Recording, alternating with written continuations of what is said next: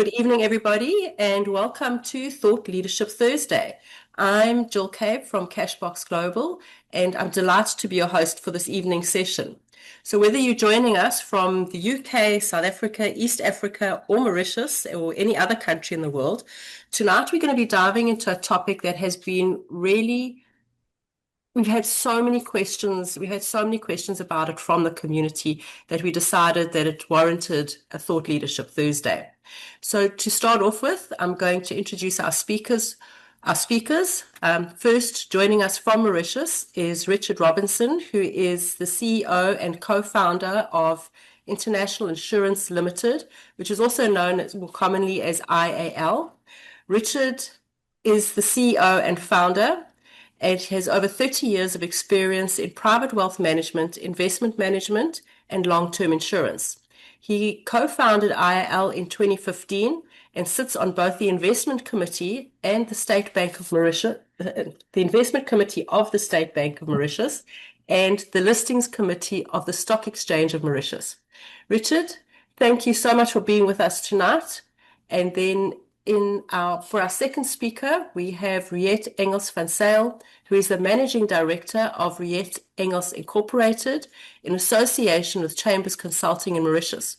Riet is an admitted attorney. She holds a master's degree in tax law and has been an author of the Due to Income Tax publication since 2010. She's one of South Africa's most respected voices in tax and legal advisory. And Riet, wonderful to have you here with us. And as you can all see, we are in very, very good company. Before we get started, just a quick note that the session is being recorded and we will be sharing it with the community afterwards. And please keep your questions coming in the chat. We're going to be opening the floor towards the end of the session, but the foundation of this chat this evening is based on all the questions that we have received. So we use that as a starting point. So I think let's start at the beginning. Richard, are you ready? In plain English, because we are regular people, what actually is an investment wrapper and how does it sit between an investor and the underlying investment that they're holding? Right. Good evening, everybody. Thanks, Jill, Andrew, Chad, for the invitation. So it's a good question, and it could take me half an hour to answer that one, but let me try and wrap it up quickly. 3 minutes. Yeah. An investment wrapper, excuse me, what we sell is a life insurance policy. So you're all familiar with life insurance policies. Typically, you pay your premium, and when you die, your beneficiaries get paid $1 million or whatever the case is, whatever your cover is. What we've done, and well, not what we've done specifically, it was something that's been running in Western world for many, many years, is we take that insurance policy and instead of carrying a risk premium, we put investments or you put cash into that life policy as your premium. It's usually a lump sum and it can be as much as you want in any currency or any assets that you can put into that policy. So that's the wrapper, and it sits inside this life policy. And the life policy has got three parties. You've got the policy holder, that's the person that writes the policy. So I, as an individual, can take a policy out in my name on my life, like a lot of people do, and nominate my wife and kids, etc., as the beneficiaries upon my death. It's exactly the same for putting assets. So you would introduce assets into the policy. You can be the policy holder, a trust can be the policy holder, and so can a company be the policy holder. Obviously, the life assured needs to be a warm-blooded person or people. You can have multiple lives assured. And then you nominate your beneficiaries. And you can nominate as many as you want, and you can make it as complex as you want it to be. So it's not dissimilar from a trust, except it has huge tax benefits as opposed to being in a trust. And I'm not going to steal Riet's thunder because she'll be talking about that, I'm sure. But inside that insurance wrapper, the policy holder is king. So they control everything. You don't lose control like you would in a trust. You control whatever goes into it and whatever comes out of it. So yeah, the underlying investment can be any investable asset literally in the world. from structured notes through to private equity, you name it. So long as it's negotiable, we can buy it and put it in the policy. I think that's enough, Jill, for now on that one.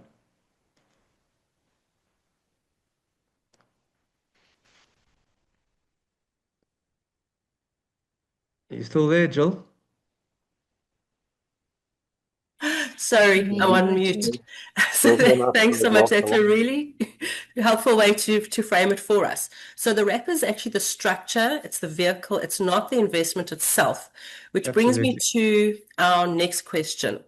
Does the wrapper change the investment itself in any way, or is it simply the structure through which it's held? So nothing changes about the investment. No, the ownership changes, which is quite significant. So when you put money into a life policy, the life company owns that money, and it's the same for an investment. So if you have Apple shares or a structured note, you introduce that into a policy as a premium, that asset is now owned by the life insurance company legally. However, remember, you are the UBO of the policy, being the policy holder. So ultimately, it's yours. From Yeah. a high level, it belongs to the insurance company. Great. So the underlying asset remains as it is. Okay. So obviously our investors have got structured notes. Just to confirm that they can put existing structured notes into the wrapper. It's not just for new notes. Yeah, you can move existing assets. It's called an in-specie transfer. And it just means we get hold of the issuer or the administrator of that note and ask them to move the ownership to the insurance company, and we would move it to one of our custodians that we have that we use, Ramsey Crookall or whoever it might be. Okay, great. A lot of our investor base actually does work with Ramsey Crookall already. Mm. That appears to be their platform of choice. Then, for those looking for to put a new investment, say a new note into a wrapper, what is that process? What do they need to That, do? that's even simpler because obviously they would have introduced cash into the policy already.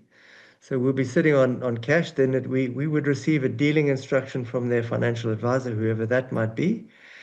And we would then go and purchase that note on behalf of that policyholder. And it would be held within that life policy, and it would sit with the custodian. Perfect. Then, in terms of what can be held, you have mentioned a few types of investments that can be held. One of the ones that is a specific ask from people, although it's not our wheelhouse, is can property be held in the wrapper? Yeah, so when it comes to physical property and physical items like yachts and boats and planes, etc., what we request and require is that those assets are held through an SPV. So people would set up a company and the company would own the property or the boat or the plane. And we in turn would then take ownership or be the shareholders of that company. So we would take 100% shareholding in that company. We play a very passive role, but it sits in the policy, and the directors of the company run the business and do what they need to do. So yeah, we certainly can hold property, but it's not directly in the policy. Okay, great. Thanks for that. Um, Another question that comes up is around liquidity.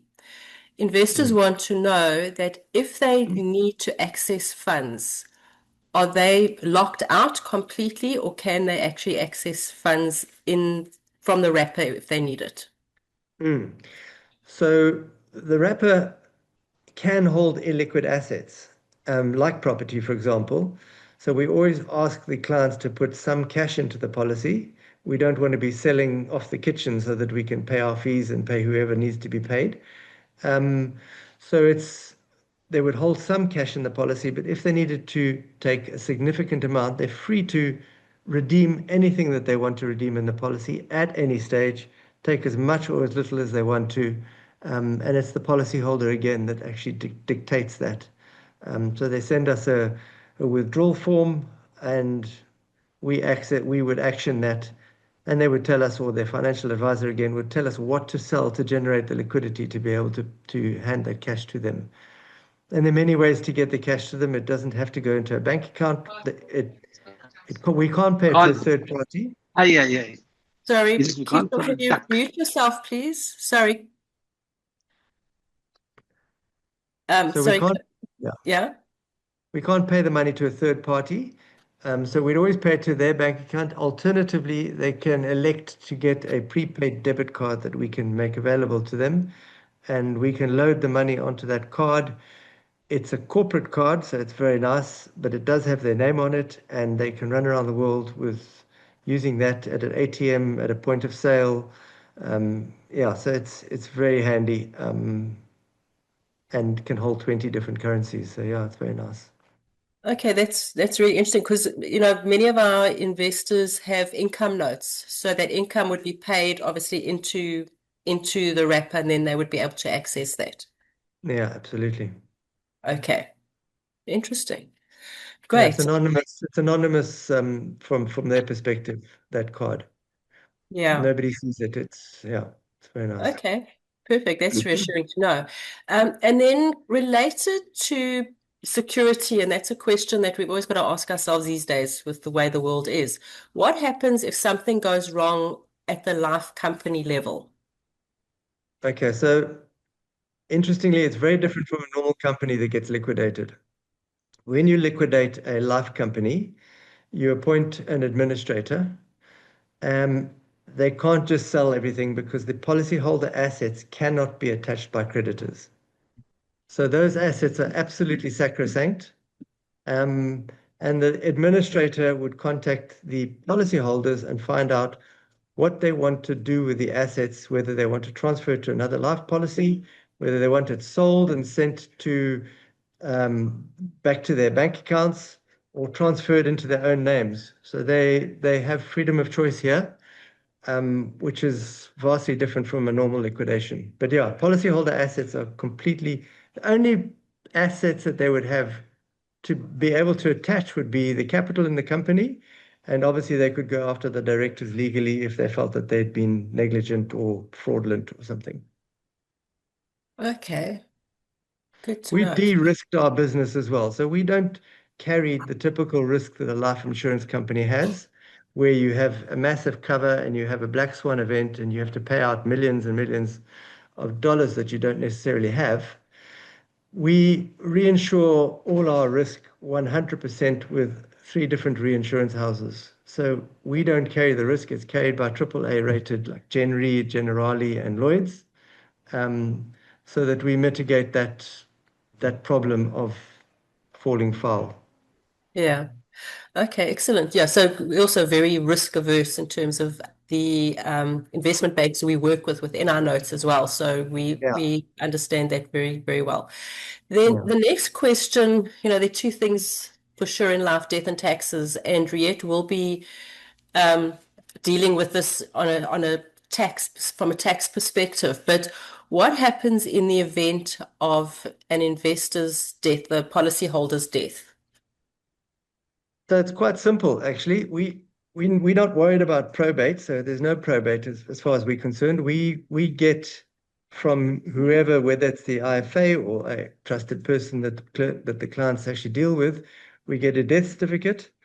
And on the back of that, we pay out the money to the nominated beneficiaries as they want it to be paid out. So they might decide to roll it over into their own policy, which is very simple. In fact, that's what happens most of the time. Alternatively, they could be paying it to their own bank accounts or to a trust or whatever takes their fancy, and we would do that for them. So it happens very quickly. Um, we would liquidate the assets if they request us to. If you're sitting on Microsoft's and Nvidia's, you might want to keep it, and put those into a new policy or into a trust. Or yeah, so they have freedom of choice there. But we don't wait for probate. We pay away as quickly as possible. Okay, excellent. Thank you. As I mentioned, Riet's going to go deeper into the legal and tax implications a little later. But again, staying with you, if an investor decides that a wrapper is no longer right for them, Are they able to terminate the wrapper? Can they do that? Absolutely. The policyholder can terminate it at any stage. Um, no problems at all. We, yeah, Excellent. That's the short answer. Excellent. it is. Excellent. And finally, no conversation is complete when it comes to the investment world without talking about costs. Yeah. Um, and with wrappers particularly, that's often where the consideration begins, is from a cost perspective. So what Mm. are the costs that would be associated, estimated? Okay, so I can't tell you the cost of what everybody has to have an IFA. We don't deal with clients directly, so they come through an IFA, and depending on what the IFA charges would dictate the full cost. But I can tell you what our costs are. Yeah. Um, when no fees are taken up front, we don't take any initial fees. When a fee is taken, we take 25 basis points, so 0.25%. If thereafter, it depends on the size of the investment. If a investment, our minimum is $50,000.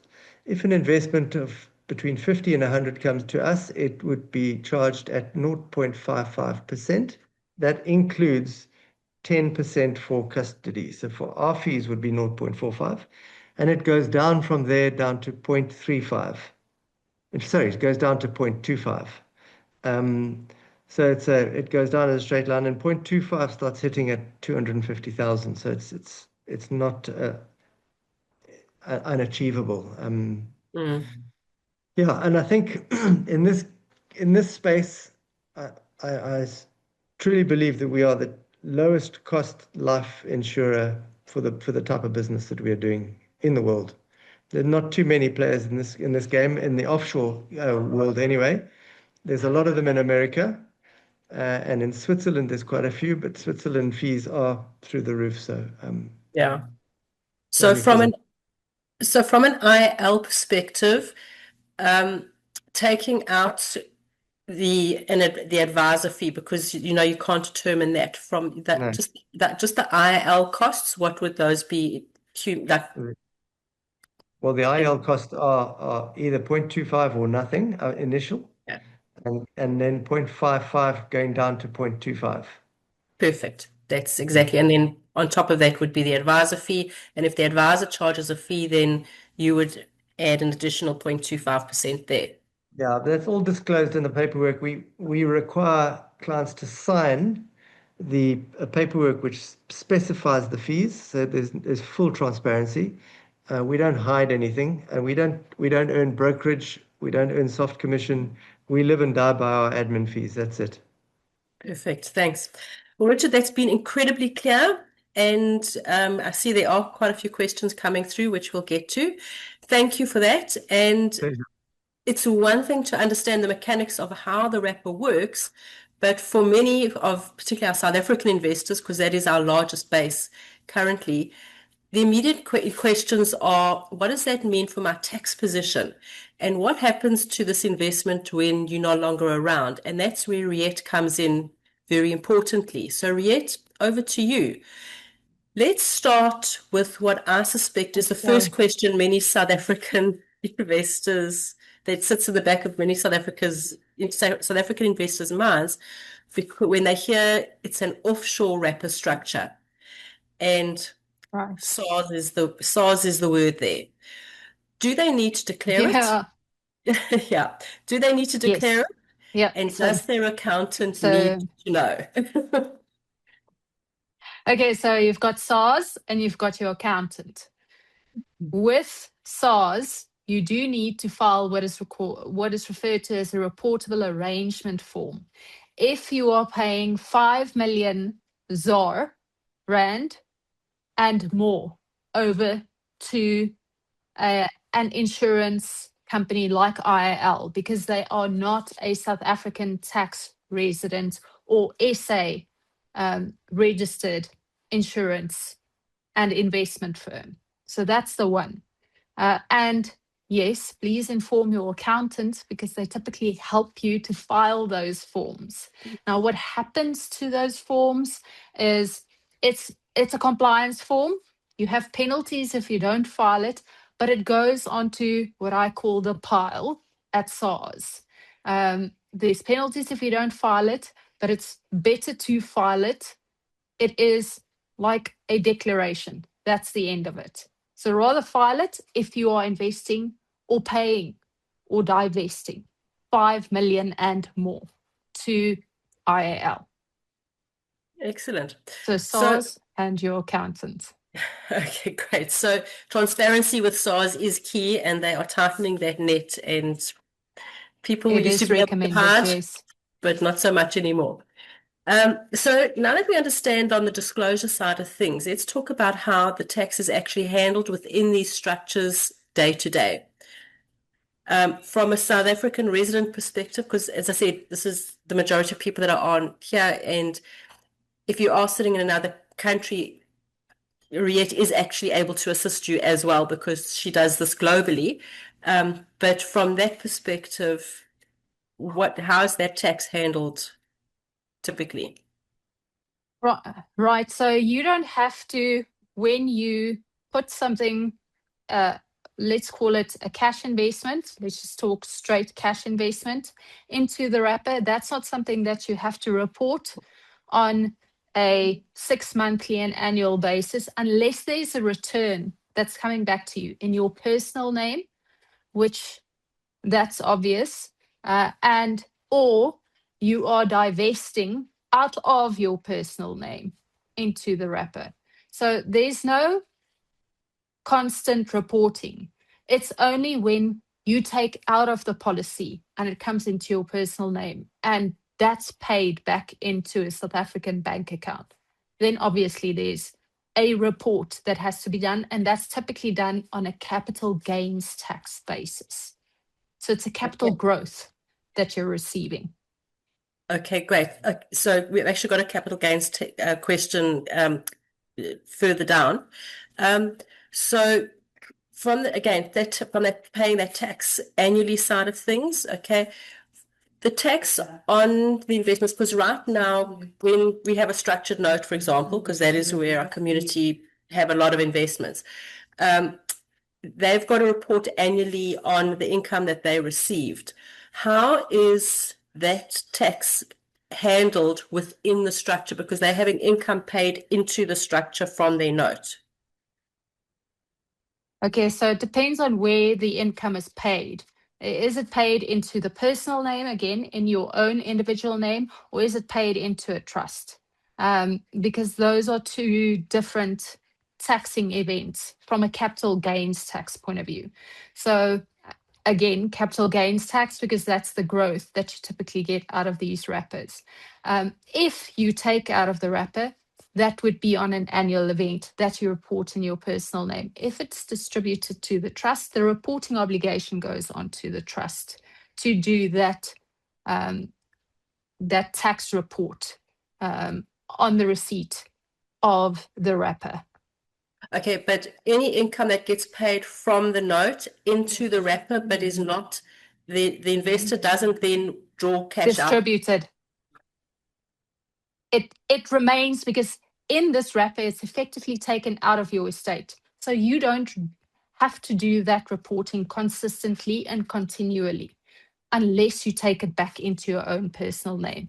So remember, if you make use of this wrapper, it's divested from your own personal estate. And does this apply to that special debit card that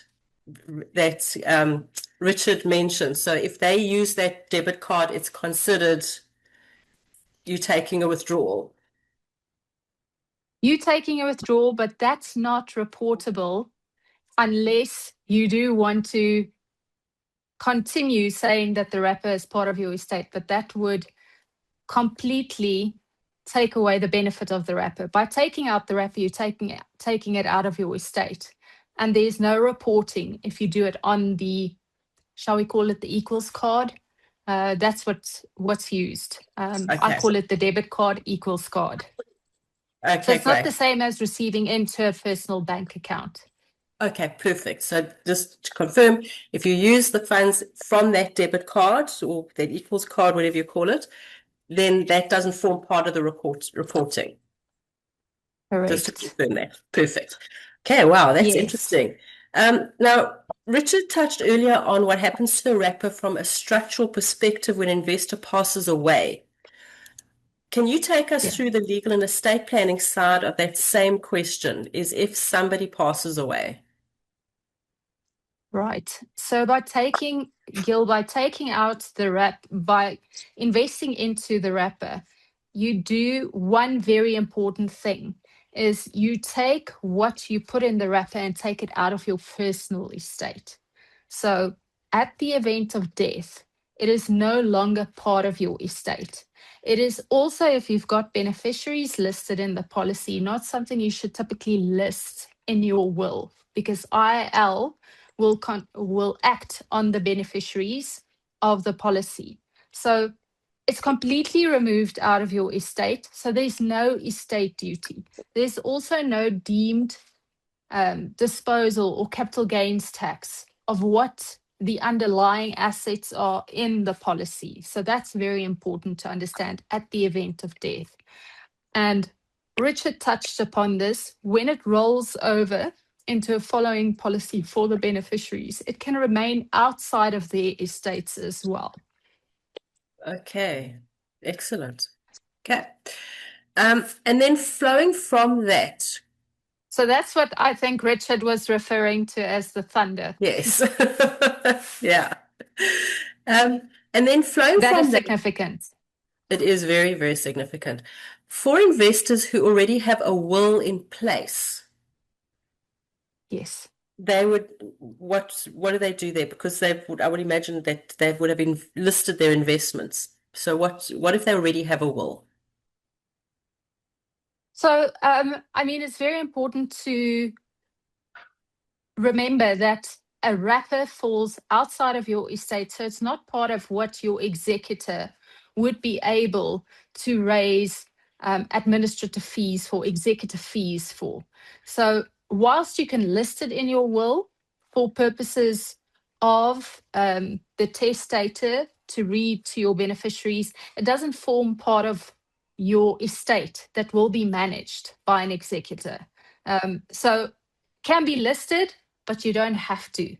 If it's not listed, please just make sure that there are beneficiaries on your IL structure. But there's no executive fees that can be raised on the wrapper because it's Okay. outside of your estate. This sounds like a golden bullet. Okay, so that's really important. For those investors that already have a trust structure in place, which again, many of our investor community have, how does the wrapper interact with that? Can it interact with that? 100%, it can. What we have for some of our clients that we've advised on is one of your beneficiaries can be your current trust structure. So it doesn't just have to be natural persons, it can be to a trust. And maybe the mechanics Richard can talk to, but that can be done. And that's really where your estate efficiency planning then come in. Yeah. Yeah, I think Just quickly on in that long one, Jill. term.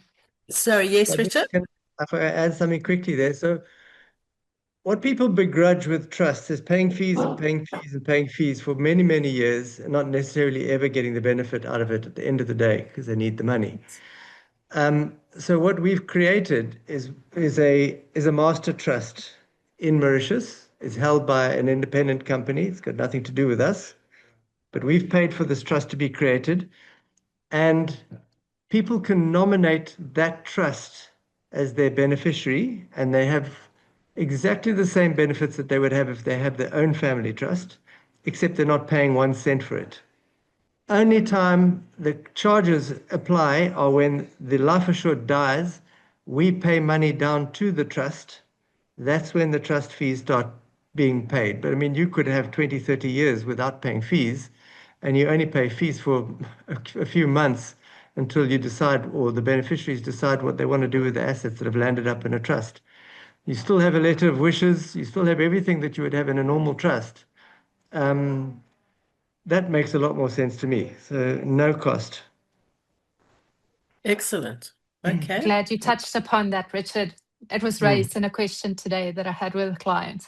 Yeah. And that is a phenomenal benefit that the IIL structure offers, and this particular investment product offers. So,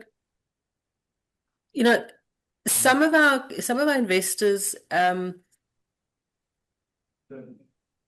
there's a question I want to just close out with from your side, and it applies to a number of our investors who are looking at things more simply. How should it be structured efficiently if there's a single beneficiary? I mean, we know we've gone through it previously where things played through, but just from a single beneficiary perspective. Can be done in one to only the beneficiary, and that beneficiary can then immediately, when IIL contacts them, choose to go into another policy or take the payout into their nominated bank account. Or it can be done with the trust structure in place, where that beneficiary then nominates this ultimate trust with a new policy that goes on. So there's two ways. The option is to the single beneficiary, and that's a discussion that has to be had with the beneficiary, but really comes down to, do you need it to be paid out to the beneficiary, or can it roll into a new policy? Excellent.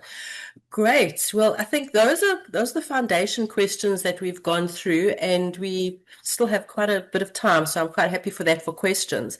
So, Riet, thank you for that. Really, it's great breakdown from the legal and tax landscape. So we're going to open the floor now for questions. There are a few, as I said, coming through. So let's get into that. So if you're going to add more questions, if you want just to specify who you would like to direct it to, Richard or Riet or both. And let's get started. So I just want to go and have a look and see what questions there are. Let me just go back up to the top. Okay, so yes, it is being recorded. So the recording will be sent out later. Then can the following be put into the wrapper when it's the name of a person? So property, policies, shares, etc. Because those are existing assets. I think the question is yes, but I'll let you confirm that. Richard? Absolutely. Whatever assets you've got in your personal name, we can hold them in a wrapper. As I said earlier, we might require physical assets to be put through an SPV, but yeah, most things that you invest into, other than property and stuff, probably would be easy to facilitate. Yeah, I think before we move to the next question, just to clarify for anybody that is interested in exploring this, one of the reasons we're working with Riet and Richard, Riet actually has done the tax opinion on structured notes for IIL, and Riet works with Richard. So Cashbox, Richard does not work, IIL does not work directly with clients, like directly with a client. You need an advisor. Riet works with Richard. So your gateway to access this would be Riet, and I'll be sharing details. And what's really nice is that Riet can give you the tax and the legal advice around it, and would be the gateway through to IIL and the wrappers. So then the next question, if you transfer an existing asset into the policy, like a note, for example, and given that there would be a change of ownership, would there be a capital gains trigger on transfer of the asset if the asset had a higher value than that of its inception date? If so, is the answer to transfer in specie? So if the answer to transfer in specie when below is the starting price, I can't understand your last sentence, Andrew. Maybe you can share that. I don't get that last sentence either. I'm trying to read it. Yeah. And the simplest answer. Hi guys. What I was Yes. trying to say is that, okay, so if so let me just go back to the beginning. You're changing ownership. You've got an asset. You want to transfer it into the policy now. The value of the actual asset is much higher than what you started out as. So you'd like to transfer it in specie. Would it trigger capital gains tax? My understanding would be yes. But would it then be advisable to say, well, we'll transfer it in once maybe the value of that asset dips below its starting price to avoid the CGT trigger? Essentially, that's it. I think a lot of people say, well, I'll just move everything across in one big lump sum, and they might be triggering things locally if there is a CGT event. There is a CGT event. There is obviously a CGT event. Yeah. It's what is that CGT liability? And like you were inferring is if the asset goes to a certain value, that you have a CGT event, but is there a gain that's triggered? Yes, there is a gain if the value is higher. So if the value goes to equal or below, that would be the right time to transfer it to the IL policy. Okay. You will not be able to escape the CGT. I wish I could tell you that. Yeah. So it's good to move your assets when you've had a bit of a dip in the market price valuations. Yes. And remember, this is ultimately an estate planning tool that assists you by taking it out of your personal estate. But CGT, I wish I could tell you, you would be able to escape that completely. Yeah. Thank you. Great. Then Andile has asked, please explain how the life policy can be held in the wrap. Please explain how life policy can be held in the wrapper. Specifically, can the company own the wrapper as my life policy is currently owned by the company that owns all my assets, insurances and investments, and the company owned by my family trust? If the company is able to own the wrapper, then would it reflect as an asset on the balance sheet? So the life policy is the wrapper. It's not a life policy held in a wrapper. The life policy is, in fact, the wrapper. And then you asked, your company own the wrapper. So the company doesn't own the wrapper. What it is, the company can be the policy holder. So it's the legal, it's the person that actually has written the policy. The wrapper or the life policy is always going to be owned by the insurance company. And there are various different people that it would pay out to in the event of certain events taking place. If the life assured dies, we would pay the beneficiaries. If the policyholder decides to terminate the investment or the life policy, then we'd pay it back to the policyholder. So it's not something that the company doesn't own it, and it wouldn't sit on a balance sheet in a company. No, because the company, how we own the company is by being the shareholder of the company. IL becomes the shareholder of that company, and the company has its own balance sheet and does what it needs to do. It has its own assets in the company. Yeah, so I think that type of question is something that you would direct to Riet directly, and then would be able to manage that, because that sounds like quite a complex structure there. So I think the best thing would be to chat with Riet directly, and then her and Richard would work on that together. Then Meenakshi, what about funds not in the wrapper yet? Must the income be declared?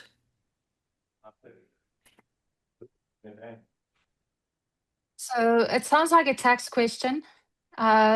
Maybe a little bit of it to Richard, but if the funds are not there yet, you've obviously got the option to put it in the wrapper.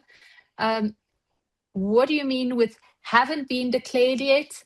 Not mentioned at all to SARS, not in your estate? That's a tricky question I had today, where the client had a brokerage account that hasn't been declared to SARS at all. So that can become tricky, and perhaps something that we should discuss offline if that's the case. But I'm being sensitive to how this can lead to an answer that may prejudice the rest of the community. But if you haven't declared the income, then we need to look at what is the income, what's the nature of it, and is it SA based or is it offshore based? And then if it's offshore based, it's more easily transferred into a policy. But eventually you'll have to make sure that you can sleep at night. So if you haven't declared it, that's something we need to talk about. I cannot profess to say, I am the person that says don't declare it. Yeah. That's Death and certainly not taxes are where two I can go. certainties, yeah. Death and taxes, two certainties. Correct. And taxes after death, if you don't take out a structured policy like this that can help Yeah. you. Then Chetan has asked, can our Ramsey Crook Hall account be transferred to the wrapper? I think that would be for you, Richard. Absolutely. Yeah, we've got an account at Ramsey Crook Hall, and it's very easy for them to do that. They'll switch it across to an IL account very simply. I think it's one piece of paper needs to be signed. That sounds marvelous. We don't like paperwork. Nor do I. That's not CGT. That doesn't trigger CGT. It's just transferring to IL. That I can tell you. Okay, excellent. Okay, is it essential to approach IL through an investment advisor if the client knows what he wants? Yes. So let me answer that question because it is contentious. The reason why we don't do business directly with clients is because we don't have sufficient staff to be able to handle all the inflows and the questions, etc. So we've created this network of brokers around the world. It's very, very significant. And it doesn't have to be a financial advisor. It can be a tax advisor. It can be a lawyer. It can be literally anybody that has terms of business with us if they get paid. If they don't get paid, then they don't even need terms of business with us. But we want to deal with one person who has a client base and they disseminate the information to those clients as opposed to us phoning 50 people or 100 people, whatever the case is. You can still, however, as the investment advisor, as the policyholder, you can still dictate what investments get held in your policy. And you can actually send us dealing instructions as well on behalf of yourself. So we're not saying that you have to have a financial advisor, but you have to have an intermediary, like Riet, for example. She's an intermediary. She refers clients to us, and then we deal with them, or we deal with her, and she deals with that individual client. Hope I've answered that, David. Excellent, thank you. And then if someone has a Mauritian trust already, could this be taken over or absorbed into your master trust? And if so, how would somebody go about that? I don't think it makes sense to do that. I think it would make more sense to actually, if you would say absorb it, I think make our master trust a beneficiary of your trust and spill all the assets over into the master trust and get rid of your trust in Mauritius because you're paying money for something that you don't need to pay money for. You'll have exactly the same end result if you use a master trust without paying money every year. And then that would be a conversation that would be able to be managed through Riet. Absolutely. Okay, perfect. Then just some clarity on the earlier question from Meenakshi. He was referring to existing structured notes, not yet in the wrapper purchased with declared funds. Does the income have to be declared annually or only on the sale? Only on the sale. Okay. Then should one move all existing policies or notes into the wrapper, since moving existing policies doesn't trigger CGT? What is the best way to minimize the CGT? So you're I, talking about existing if policies. I don't know what existing So policies are. I think, um, hang on a second. Okay, so Meenakshi, do you want to maybe unmute and then maybe just chat us through your question? This was Samir, not I mean, Meenakshi. sorry, Samir. I've got my little Samir. screen here. Sorry, Samir, do you want to just unmute and we can chat through that? Yeah, the question is just regarding existing notes. So is it advisable to move all existing notes into the wrapper? And then the second question is, since moving existing notes triggers capital gains tax, then what is the best way to minimize the tax? So, Richard, I cannot talk to if all existing notes should be moved into the wrapper, but I can certainly talk to what the best or the minimized CGT aspect of it would be. Is that okay, Yep. Samir? Okay. Yes.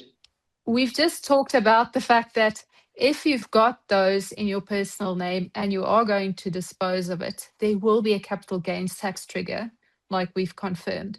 What is the best way to minimize that capital gains tax is when you see that note has devalued.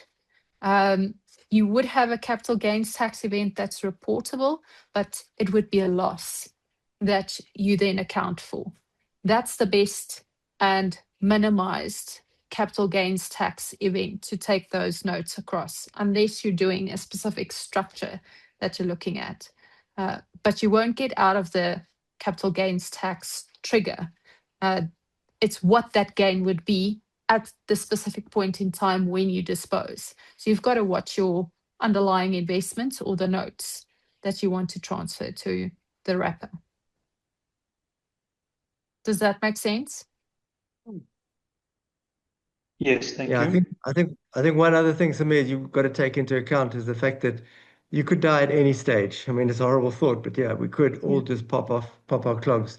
So you're saving an enormous amount of money in estate duty by having your assets held in a policy. So yes, paying some CGT might be a painful thing, but not as painful as what your beneficiaries would have to endure by losing a significant portion of your estate. Especially in South Africa. Great. Mm. Then a final question is, would a nominated beneficiary be able to waive interest in the benefit of the policy on the death of the policyholder in favor of a policy they would want to create with IAL? Yeah, so on the death of not the policyholder, but the life assured. The policyholder is the person who writes the policy. The life assured could be a second person. I could write a policy on my wife's life. There obviously has to be an interest, a life interest in that person.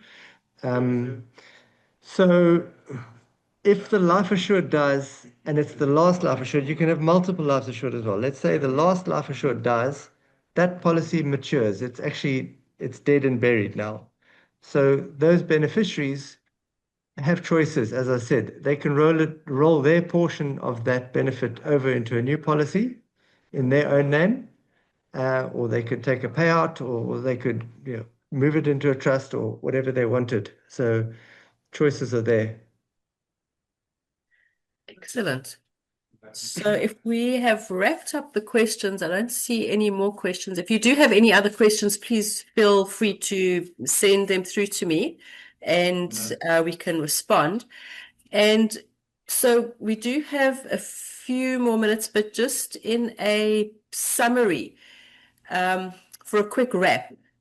Your investment wrapper is a legal structure. So typically it's provided by the regulated life company that sits between you and your underlying asset. So it doesn't change the investment itself, but it changes how it's held, governed, and passed on.